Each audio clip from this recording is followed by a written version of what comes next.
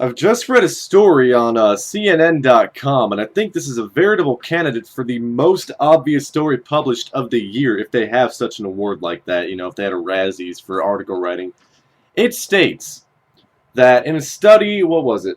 I don't know the exact number. They asked 600 high school students in California to report on their sexual experiences from the beginning of ninth grade to the end of their high school career.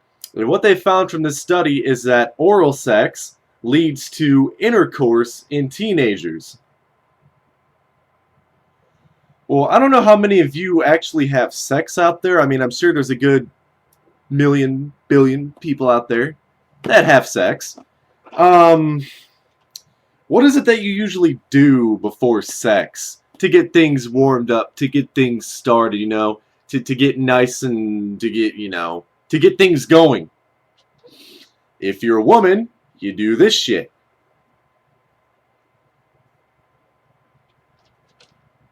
If you're a guy, depending on your preferences, you do this shit.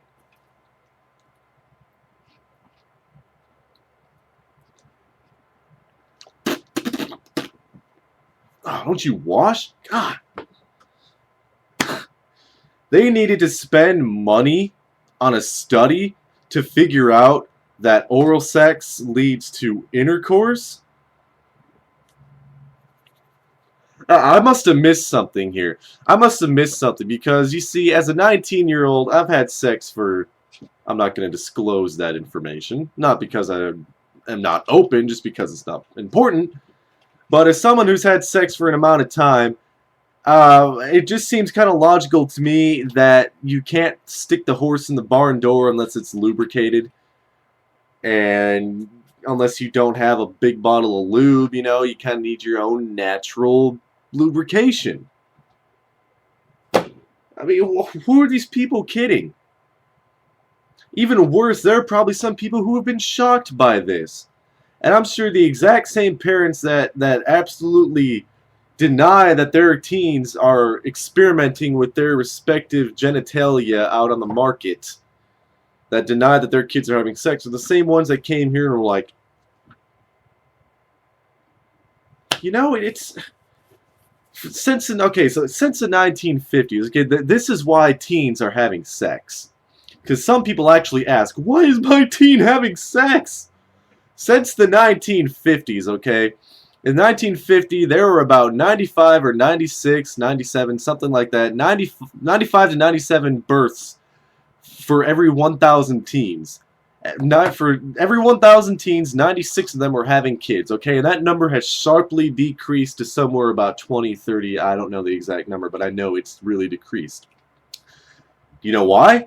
Birth control, condoms, IUDs, patches, pills, injections, things you put in your snatch, you know? Contraceptives. That is why kids have sex, because not only is it safer, but because pretty much everybody is doing it. So that way, if little Billy and Susie are in their rooms and, you know, they're doing the mutual masturbation or the whole, you know, if they're having the oral sex, they're going to hear some stories around school about intercourse, and they're going to want to take it to that next level. So Susie's going to go out and get some pills. Big fucking deal.